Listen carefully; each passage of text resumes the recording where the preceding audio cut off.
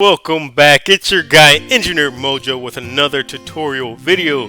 Today I'm working on a very special project. I'm working on a planter bed, a raised garden. There is a special twist to this raised garden because I'm also going to incorporate a sand play bed for my kid.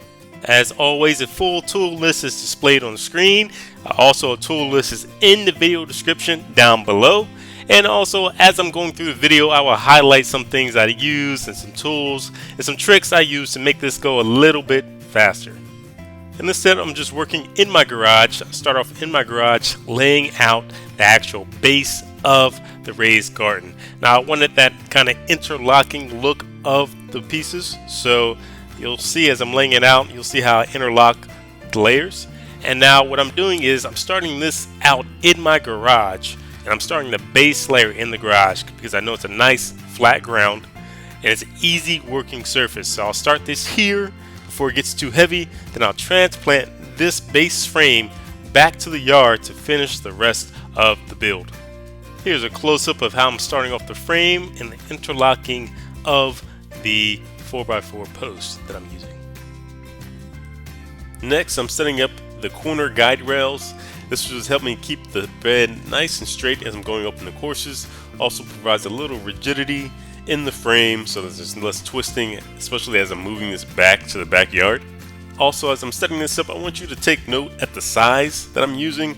I'm using 4x4x8 for the long side and 4x4x4 for the short side for the planter bed. I was able to find these sizes pre-cut, so I was easily able to put this together a little bit faster. I could have cut these easily with my miter saw, but I wanted to make my own life a little easier. So I used pre-cut pieces, and 4x8, it was a nice size that I was looking for my backyard.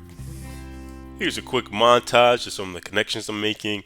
As noted again from the tool list, I'm using Deckmate Screws to make the attachments. This uses a T20, typically, depending on what size, T20 bit.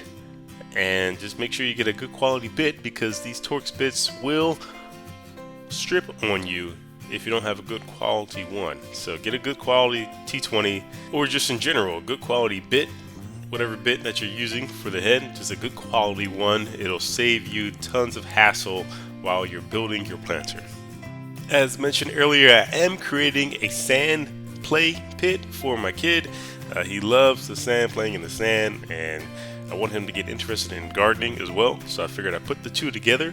So I'm blocking out a 2x2 square in the corner of the garden bed, and I'll fill this with play sand and toys and things of that nature.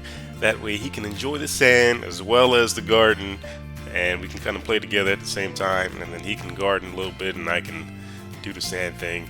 You know how it goes. Took 4x4x4, cut in half, that made a perfect 2x2 square, and reduced my cuts. Fast forwarding a little bit, and with the help of my wife dragging the base to the backyard, I put the planter bed down in the location I wanted it, and then I started building each course of the side of the planter. Essentially, this is a rinse and repeat from the base course, and I'm just interlocking each layer. So I'm offsetting each layer by the thickness of the layer below, and you'll see a close-up in a few of how that looks as they're going up. And I'm doing this all the way around. The guide rails in the corners do help me keep everything straight, so make sure you put those in if you need some help keeping everything in line. Now, an option you can do prior to putting down the base course, I could have tacked on a hardware cloth on the bottom, and that would keep, different rodents or gophers out from the garden from getting up, down below, and up in. But I don't have that issue in my yard, so I'm keeping that open. Also, you'll note that I didn't scrape the top layer of the grass. That's because I'm putting down about 15 inches of garden bed soil above, so I'm not too worried about any weeds or anything popping up from the bottom. Also, that gives my roots plenty of room to grow. If I was using a shallower garden bed, maybe about 12 or 8 inches or so, then I would think about scraping the grass down to give my roots plenty of space to grow down. But in about 15 inches, I believe there's enough, at least for the plants that I'm growing. Here's another good shot of the interlocking of the timbers, and that gave me a nice look that I was looking for. And now it's time to fill the garden bed with soil.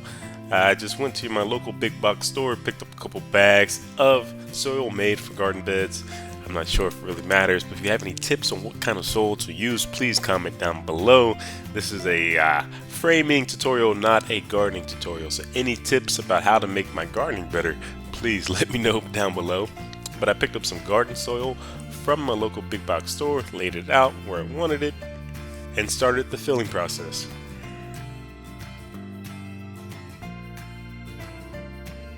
With the raised garden build fill the soil, I started laying out my plants, placing my potted apple tree, and playing with the big guy, letting him enjoy the sand pit. As you see, that came out pretty well too. His toys are already in there, he was enjoying that. And overall, we were very happy with how this turned out.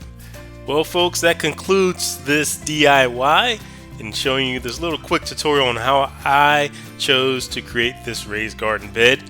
If you have any tips to make this easier or any tips of how you did your garden bed, please leave comments down below. I love to hear those. Also, any gardening tips. We love to hear about gardening tips. What could actually make my garden produce more yield. That's what I'm always striving for, myself and my wife. So please make any comments about that as well down below in the video description. As always, thank you for watching, and until next time, I'm out.